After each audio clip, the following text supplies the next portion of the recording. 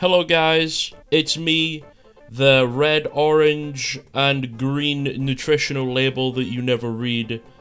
Today I want to talk about meta a little bit, and what it actually is, and what it means a little bit. And this comes to my attention because a lot of people right now are saying that Illari, Larry, you know, living like Larry, is garbage and terrible and the worst character ever made, and that Blizzard needs to buff them or they're going to send a bomb threat to the office. Not my words, and that was allegedly, of course, for legal reasons. Anyway, nice pen. Anyway, basically, is Illari really weak right now? Genuine question. Don't just parrot my opinion. What do you think? Well, if you said yes or no, you are both correct. She is simultaneously very weak and very strong at the same time. You're like, that's fucking nonsense. That doesn't make any sense. And I explain. And it's because Illari's design is complete dog ass, where she's only viable with a certain character called Sugma. And if Sugma is bad, Illari is bad, because Illari is only really good with a poke comp, unless you're like some like Giga Chad Illari player that's just like Illari dive, you know what I mean? Like, it doesn't matter, right? But generally speaking, for the majority of the player base, you're only really going to be getting a lot of value out of Larry if you're running something like a Sigma. So it would make sense that because Sigma isn't getting the most playtime right now, it means that Illari isn't getting the most playtime right now, which means if you're running Illari, you're probably running Illari with a comp where she's not very good, which makes it feel like Illari's bad, because, you know, you might not be able to do very much on her because of the fact that you're running her in the wrong composition, which makes her feel terrible. So obviously, people that assume, oh, Illari must be bad, I can't do fucking anything on this character, are technically right, because you really actually can't do much on this hero, because Sigma isn't good. So she is bad, but she's not, because the second Sigma gets any good at all, Illari will come back and be played, and everyone will realize, actually, this character is fucking disgustingly broken. Because, she is disgustingly broken. She is unbelievably good. And she is horribly designed. Let me rant. The Illari Pylon, in my opinion, is single-handedly top 5 dumbest abilities ever added to the game. I fucking despise how Pylon works. I despise the idea of Pylon in general, but I also hate the implementation, because once you put it down, the only way to get rid of it is to break it. So if you just put it around a wall that forces the enemy team to walk through you to break it, it means that the Pylon will never break unless someone flanks. So you have to spend all this time pathing and rotating. And what you would usually spend that time doing was to get into the enemy backline to fight a support. Yet instead, you're giving your position away to break a fucking Pylon that she can just put back down in a few seconds anyway. It's so stupid. And that's the main reason Illari feels like shit right now, is because a lot of comps are not standing still, which is what Illari wants. Illari wants her team to set up on an angle on main or whatever, throw a Pylon down for them, heal them away, or give like a DPS a nice angle, give them the Pylon, and boom, let them sit there forever. And the reason Illari wants that is because all of the power in her kit, or the vast majority of it, is in her left click damage and her Pylon, which is absolutely stupendous. Now, you can apply this to a lot of heroes. For example, Widowmaker. Is Widowmaker, in top 500 Grandmaster right now, a good hero? If you said yes or no, you're both right.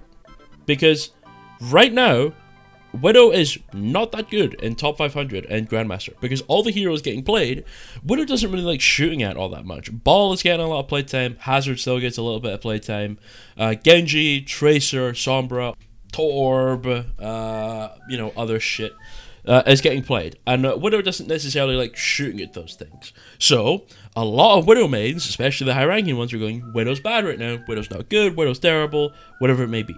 Is Widow actually terrible? Unless you have brain damage, severe brain leakage, you're going to say, yeah, Widow's pretty broken. Because of course they are. Of course they're broken. But because Widow, instead of being able to shoot an Ashe, is now shooting a Torb that she can't kill. Obviously, she's going to feel bad, because you're going to struggle to kill things, because all the things you need to hit are harder to hit, and they're all pretty good at killing you. So, of course, Widow feels like shit when she's not shit. She's disgustingly broken. And this was similar to D.Va. Remember a few seasons ago? I don't remember exactly which ones. But a few seasons ago, D.Va was never getting played, never getting played, never getting played. And then they gave her a micro buff, and then running the lobby. Every game-breaking character. Okay? And people thought it was the half a second extra of DM that put the hero over the edge. And that might have been the reason she started getting playtime. People wanted to try out and see how broken it was. But D.Va before that was ludicrously powerful. Stupendously good at just running down a squishy and saying nope and just removing them from existence. Reducing them to atoms. Turning them to quarks. You know what I'm saying? Like, complete dismissal of an enemy player because D.Va just went, yeah, okay, man, you die, you fucking die, and there was nothing anyone could do about it. And D.Va was vilely broken for a very long time before people started playing her, but because no one wanted to play D.Va, and people thought D.Va's not very good, and people didn't want to run the heroes that were good with D.Va, or whatever it may be, that the second a buff came in that people thought, hey, wait a minute, that sounds strong, people wanted to give it a try. And then when they tried it, they were like, oh wow, yeah, this DM change is so broken, OP. And it was, but it's not just that. It was the fact that your whole character was ridiculously strong and could just delete whoever she wanted.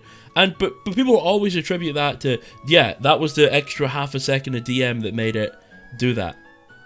Look, guys, I'm pushing the cart, hee. Right, but everyone was like, yeah, it's the extra half a second of DM or whatever. And a lot of this happens to a lot of characters, where, for example, Torb, recently, where Torb has been very, very good for a very, very long time, and then all of a sudden, one tiny micro buff, and then, oh, Torb is the most broken character in the game all of a sudden. No, Torb has been absolutely broken. Torb has been very, very good, but because of one little micro buff that sounded interesting, people were like, oh, that sounds kind of interesting, let me try that out. They played it and they went, oh my fucking god, this is broken. Because you can put in minimal effort, just set up your angle with your turret all day, and just be like, I'm just gonna chill here and shoot at your team.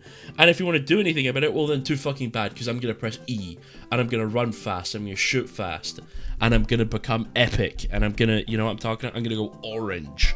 You know, 400 health, 400 HP, DPS, you know what I'm saying, right?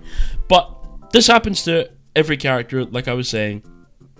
I'm not sure there's been a single hero in the existence of the game where they haven't been very strong and not meta at the same time. And to be honest, this happens a lot of the time, even in meta comps, where one hero is significantly worse than, let's even just say, the majority of other heroes, but is considered to be a meta character because they fit well with the composition, right?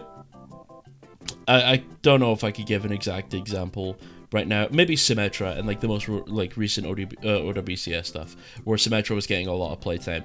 Is Symmetra actually like top 2 DPS in the game and should have got that much playtime because she's so good? No. Not at all. Symmetra isn't really not that good. She's okay, she's good at what she's good at, but she's not a meta character in the sense that she's much stronger than everything else. That's ludicrous. But she got played because TP was good, and you could do funny, goofy TP strats. Now, is that enough to push her over the edge of being a top 2 DPS? I don't think so, but that gave her a lot of playtime, and that happens to a lot of characters. Mainly, like, very synergistic utility-based characters where they have a lot of utility. Like, think of any Sombra ever, or Sombra meta ever. Sombra meta was never because Sombra was super good. It was because you could just hack a target. And the hero that was actually good would just nope them out of existence. But that's meta. There are obviously off cases to this. There are obviously going to be situations where this isn't entirely applicable or true. But it is what it is. I just kind of wanted to explain a little bit why some characters are meta when they're actually ass, and why some heroes are not meta when they're vehemently, absolutely, downright, disgustingly overpowered. And it happens to every character, and it's not specific to one character, but I thought that was interesting because I saw Illari players complaining that she's so bad, because Illari is just so bad. Your support character is just so terrible, guys. She definitely just does a shitload of damage and you're terrible. Anyway, have a good day. I love you all. Approach a random member of the public in the street, tell them the most beautiful thing you've ever seen in their entire life, and then engage in mutual combat with them. Anyway, have a good day. Mwah. Have a good day. Goodbye. Goodbye. Have a good one. Mwah. Goodbye. Goodbye.